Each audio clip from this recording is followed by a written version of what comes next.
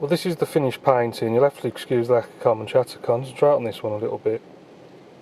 You can't really see much of the view now. It's absolutely pouring it down. All the windows have steamed up. But I hope you could make out how I was doing the waves. It's sort of... Imagine all this is one big long wave. Then you put in your darker area, and then just using the damp rigger, just take off. They're sort of almost like triangle pieces. Just wet it.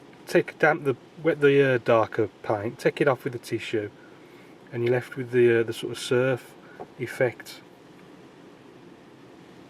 And you can see it just helps add that bit of authenticity to the sea.